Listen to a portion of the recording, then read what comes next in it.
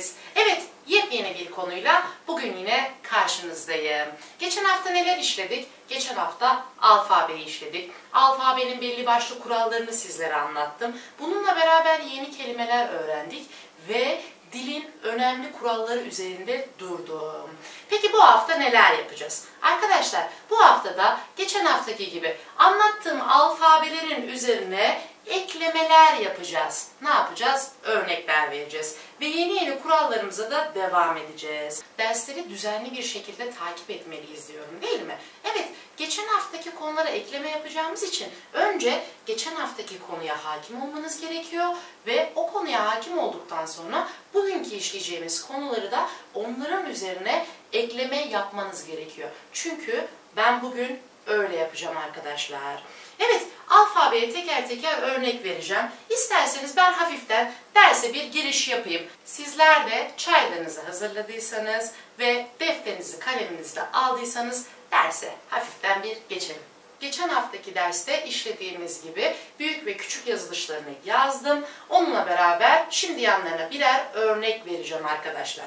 A harfiyle başlayan ya da içerisinde A geçen bir Kürtçe kelime biliyor muyuz?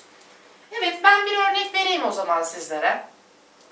Basit bir örnek vereceğim arkadaşlar. Av, yani su demek. Şimdi arkadaşlar, farkında mısınız bilmiyorum. 31 tane harf yazdım ve ne yapacağım? Her birine birer tane örnek vereceğim. Aynı zamanda biz bu derste 31 tane de yeni kelime öğrenmiş olacağız. Av, su dedim değil mi? A ile başlayan bir örnek verdim sizlere. Ne yaptık? Yeni bir kelime öğrendik bile. Şimdi B harfine geçiyorum. B harfi ile ilgili bildiğiniz bir örnek var mı? Ben örneğimi veriyorum. Bav, yani baba demek. Evet, C harfine gelelim. Cevi, yani ikiz demek.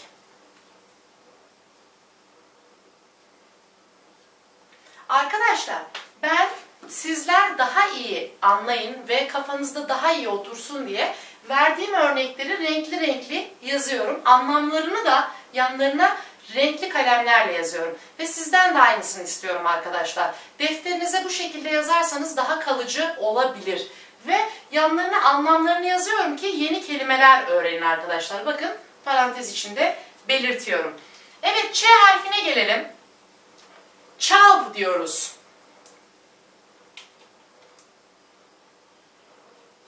Yani göz demek. Kürtçe'de çav göz anlamına geliyormuş arkadaşlar. Gelelim D harfine. Deri, deri, yani kapı demek. E harfine örnek verelim.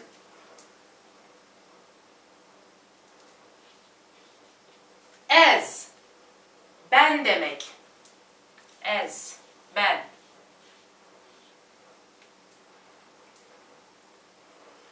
E harfine örnek veriyorum. Geçen haftaki dersten hatırlarsınız arkadaşlar. E harfi, E harfi, yani ikisinin arasında ne vardı? Hafif bir ses değişimi vardı. E harfi daha geriden ve daha tok geliyordu değil mi? Ez, bak ez diyorum. Başka bir örnek vereyim. Var, yani akşam demek. Bakın ez rahat söylüyorum. Türkçedeki gibi var daha arkadan geliyor, daha tok geliyor. Akşam demek. Var diyor muyum? Hayır demiyorum. Dersem yanlış olur. Kürtçe'de o iki sesi birbirinden ayırmamız gerekiyor. Var.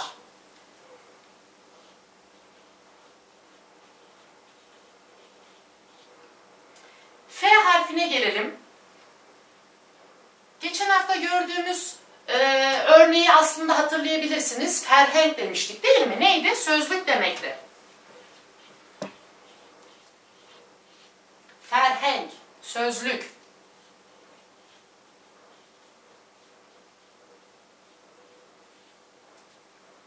G harfi, goşt.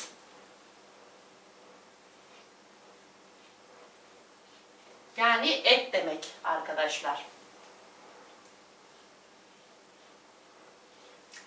H harfine örnek veriyoruz. Havin. Havin yani yaz demek. Devam ediyorum arkadaşlar. Sizler de benim gibi defterinize güzel bir şekilde bu örnekleri Türkçeleriyle beraber yazarsanız kalıcı olur arkadaşlar. Lütfen siz de yazın. I harfine örnek verelim şimdi. İncaz. İncazın birçok anlamı var. Ama belli yörelerde erik olarak da kullanılıyor. Biz onu kullanalım şimdilik.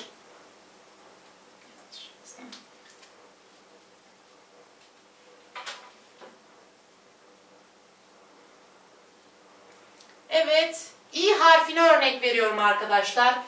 İşev. Bu gece demek.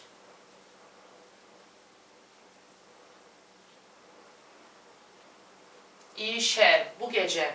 J harfi arkadaşlar. Jiyan. Yaşam demek.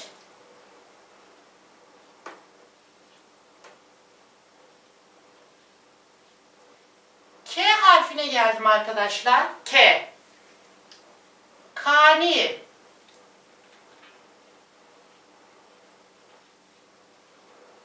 Kani. Bileniniz var mı?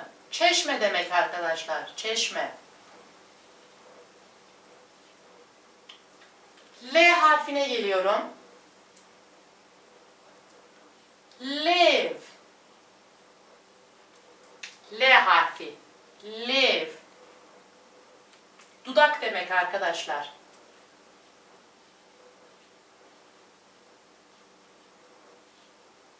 M harfine geliyorum arkadaşlar. M harfi. Mar. Mar. Yılan demek.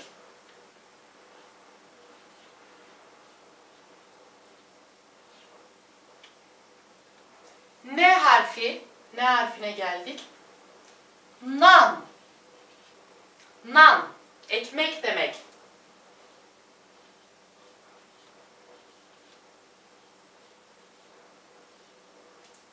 Oğurbe. O harfi arkadaşlar. Oğurbe.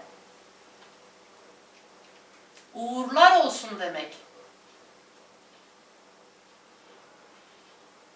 Yazılışlarına da dikkat ediyorsunuz umarım.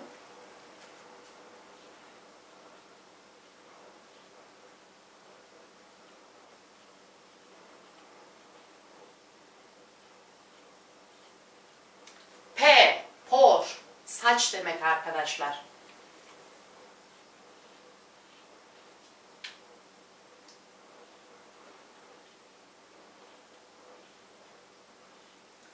K harfi. Kıcık. Kıcık. Ne demek kıcık? Karga demek arkadaşlar.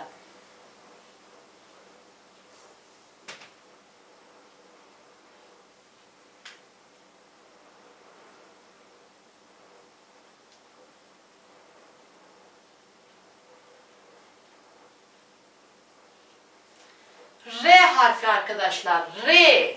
R. Yol demek. R. Yol. Bakın E'li okudum. R. Yani şapka var. Burada E ve E harfi arasındaki farkı da görüyoruz. R demiyorum direkt mesela. R diyorum. Yol. Evet, S harfine geldik arkadaşlar. S harfinden ne örnek verebiliriz? Sev diyebilir miyim? Nedir? Elma. Ş harfi arkadaşlar. Şev. Şev. Yani gece demek. T harfine geliyorum arkadaşlar.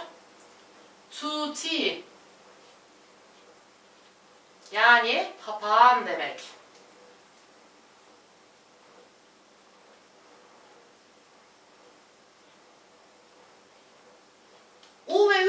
harflerinde arkadaşlar ne yapacağım? İçinde geçen birer örnek vereyim sizlere. Mesela gul diyoruz değil mi? Biraz daha yumuşak. Gul demiyoruz direkt, sert demiyoruz değil mi? Biraz daha yumuşak okuyoruz. Ya da seslendiriyoruz. Gul diyorum. Yani Türkçe'de bildiğimiz gül.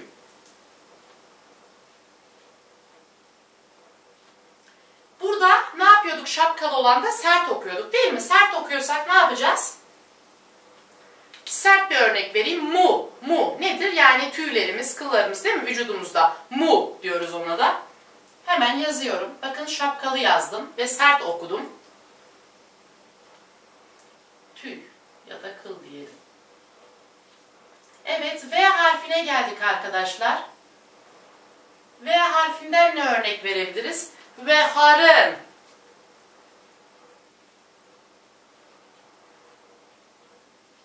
Yani içmek.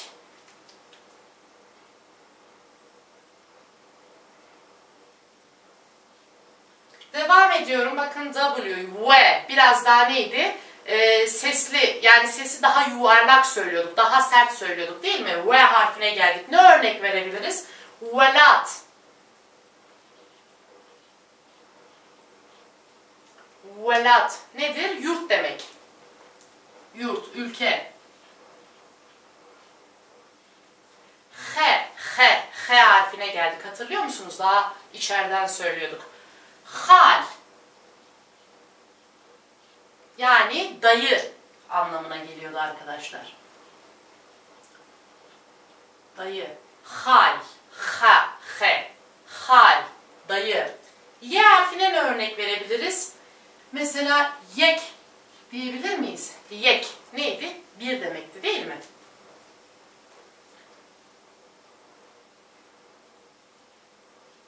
Geldik Z harfine, yani son harfimize. Z harfine ne örnek verebiliriz? Zer diyebilir miyiz? Zer.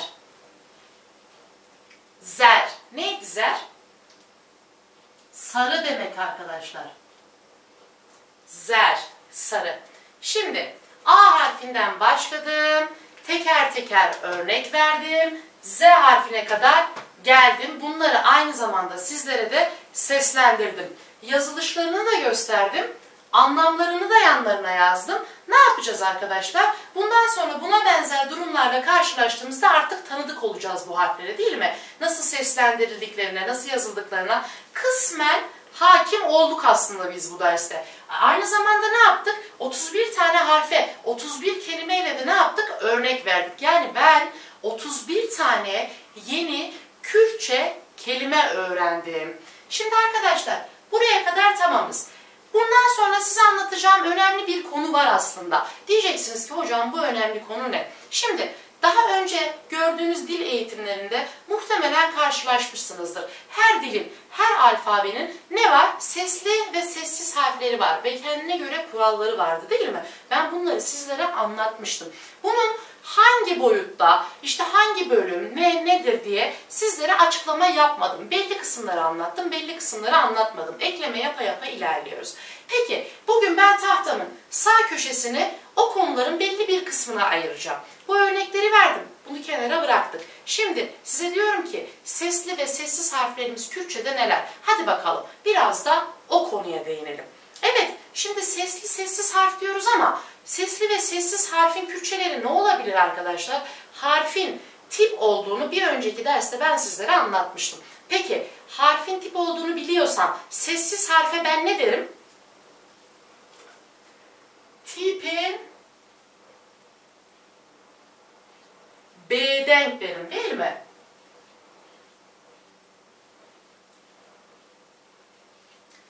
Denk Kürtçe'de ses anlamına geliyor. B de olumsuzluk yani sessizlik anlamını katmış bu kelimeye. Şimdi tipen B'denk dersem tipen B'denk ne anlama gelir? Sessiz harfler anlamına gelir.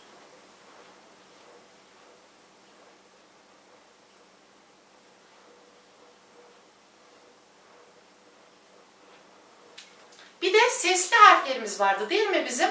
Evet, onları da yazalım arkadaşlar. Tipin, ne derim sesli harfleri kullanırsam? denk der yani ses çıkaran, denk der.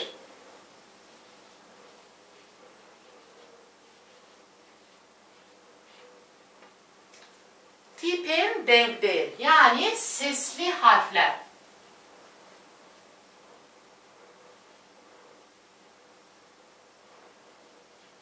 Tamam, bunların Kürtçelerini ve Türkçelerini öğrendik. Peki bu harflerin neler olduğunu biliyor muyuz arkadaşlar? Hadi hep beraber bu harflerin neler olduğunu da tahtamızın sağ kısmına beraber yazalım. Sizden de onları istiyorum arkadaşlar. Evet arkadaşlar, ne yapıyorum? Typen denk der, typen bedenk. Bunlar nelermiş? Hemen tahtamın sağ alt köşesini ya da sağ köşesini kullanıp sizlere anlatacağım.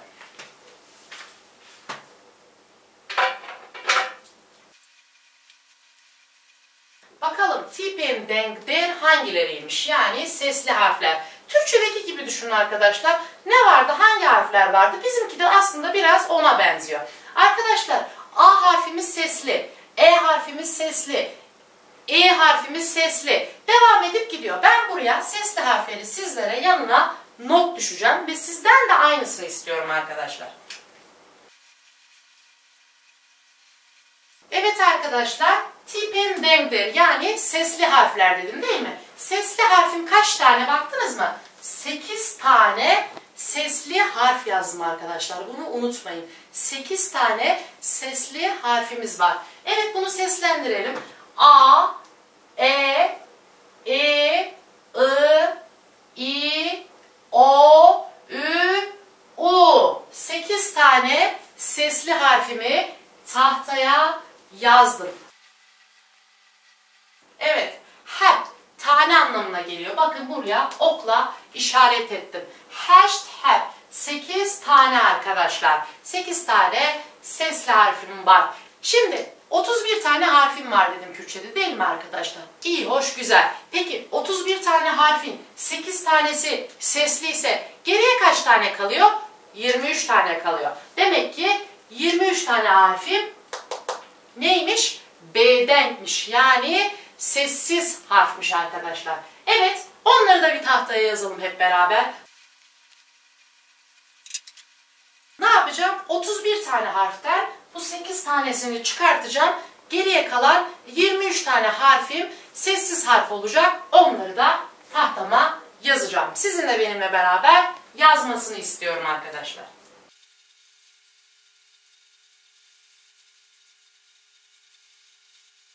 Şimdi gördüğünüz üzere ne yaptım arkadaşlar? 23 tane geriye kalan harfimi bedenk olarak yani sessiz olarak tahtama yazdım. Peki yanına yine parantez içinde not düşeyim mi? 23 yani bis du seher. 23 tane. Evet, ne yaptım? Sesli harflerimi gördüm. 8 tane dedim. Sessiz harflerimi gördüm. 23 tane dedim. Bunların yazılışlarını da tahtaya yazdım arkadaşlar. Bakınız, her zaman söylüyorum, dilin temel kuralları bunlar. Lütfen bunları es geçmeyin. Bunlar önemli arkadaşlar. İleride göreceğimiz bütün kelime yapıları, cümle yapılarında bunlar bize lazım olacak arkadaşlar. O yüzden kesinlikle öğrenmeden geçmiyoruz arkadaşlar. Şimdi iyi, güzel, hoş. Bütün bunları öğrendik. Bizde çok önemli bir konu daha var arkadaşlar. Evet, birçoğunuzun belki de merakla beklediği, Kürtçe ilgisi olanlar varsa hafiften bununla ilgili bir şeyler belki biliyordur. Bilmeyenler için de ben özetle güzel bir şekilde sizlere anlatmaya çalışacağım arkadaşlar. Bir önemli kuralımız daha var ki bu önemli kural nedir acaba? Arkadaşlar, pevdenk dediğimiz bir şey var Kürtçe'de. Yani bitişik sesler. O seslerin arasına kesinlikle başka ses girmiyor. Peki bu hangisiymiş? Neymiş? Bir bakalım mı beraber? Evet, yazalım arkadaşlar. Pevdenk.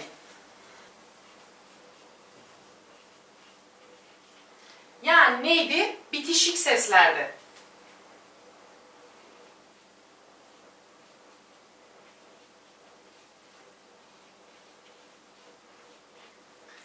Arkadaşlar, yine söylüyorum. Kesinlikle bu iki sesin arasına ses girmiyor. Peki bu iki ses nedir? Arkadaşlar, he V harfleri. Evet, yazıyorum size. H, V sesleri arkadaşlar. Bazı durumlarda bu iki harfin arasına kesinlikle ses girmiyor. Diyeceksiniz ki nasıl? Hadi hep beraber inceleyelim. Arkadaşlar, mesela ben huyum yazmak istiyorum. Huy.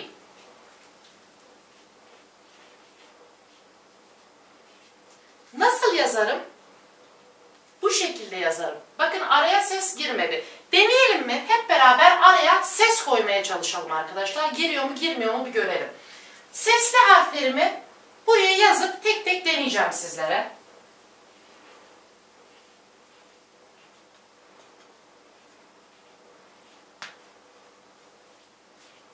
Bu sesli harflerden bir ses araya koymaya çalışalım. Mesela A harfini koyalım. Yazıyorum. Havin oluyor. Görüyor musunuz okurken? Havin. Olur mu? Olmaz. Yani hangisini deneyeyim? O harfini deneyeyim mesela. Hovin. Giriyor mu araya ses? Girmiyor. Arkadaşlar hangi harfi denerseniz deneyin, kesinlikle bu ikisinin arasına ses girmiyor. Huin Kürtçe'de kan demektir. Kan. Ben şu şekilde okla Türkçesini yazayım arkadaşlar. Bakın denedim. Kesinlikle hiçbir ses kabul etmedi. Mesela ne? I harfini deneyelim. Hıvin. Oluyor mu arkadaşlar? Olmuyor. Hadi sessiz harflerden bir şeyler koymaya çalışalım. Hıbevin. B harfini denesem oluyor mu? Yine olmuyor. Kesinlikle farklı sesler çıkıyor ve anlamının dışında bir kelime türüyor arkadaşlar. Bu iki sesin arasına kesinlikle bazı durumlarda ses gelmiyor. Peki başka örnek verelim mi? Hadi verelim arkadaşlar. Ne yapalım? Mesela huandın diyelim. Huandın. Kürtçe ne demek? Okumak demek arkadaşlar. Huandın yani okumaktı. Evet. Hemen Türkçesini şuraya yazalım.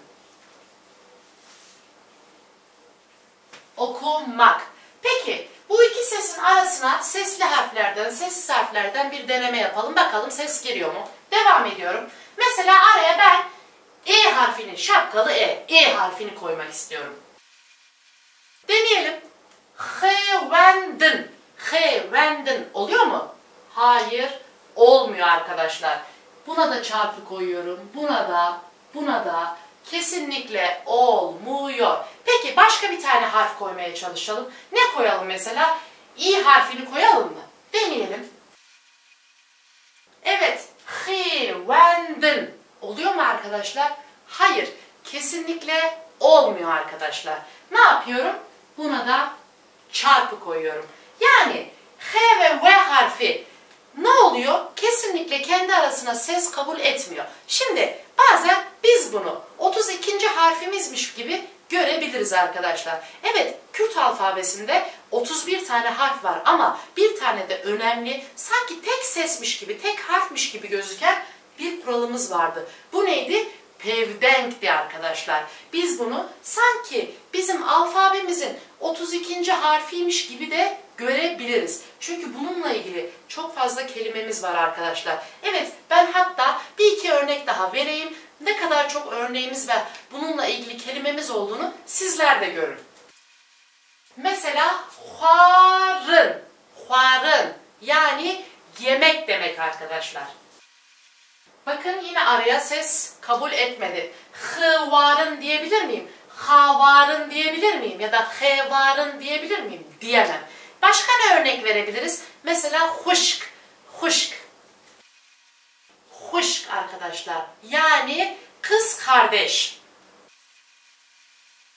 Kız kardeş. Ne yapalım? Hıvışk diyebilir miyim? Havışk, hovışk, huvışk diyebilir miyim? Hayır. Kesinlikle arasına ses kabul etmiyor arkadaşlar. Bu tarz durumlarda, evet kırmızıyla da altını çizeyim. Biraz daha iyi görün. Bu tarz durumlarda arkadaşlar olan kelimelerde pevdenk, yani pevdengimiz varmış. Bitişik sesler, araya ses kabul etmeyen sesler. Biz bunlara pevdenk diyoruz ve alfabemizin sanki 32. harfiymiş gibi görüyoruz arkadaşlar. Bunu da lütfen unutmayın. Yani Kürtçenin en önemli kurallarından bir tanesi arkadaşlar. Evet, bugün baya konular işledik. Epey de bir yorulduk değil mi arkadaşlar? Hadi genel anlamda gün içerisinde, yani bu videoda neler işlediğimizi bir gözden geçirelim. Ne yaptım? 31 tane harfime teker teker belli kelimelerden örnekler verdim. Yani aynı zamanda 31 tane yeni Kürtçe kelime öğrendim arkadaşlar.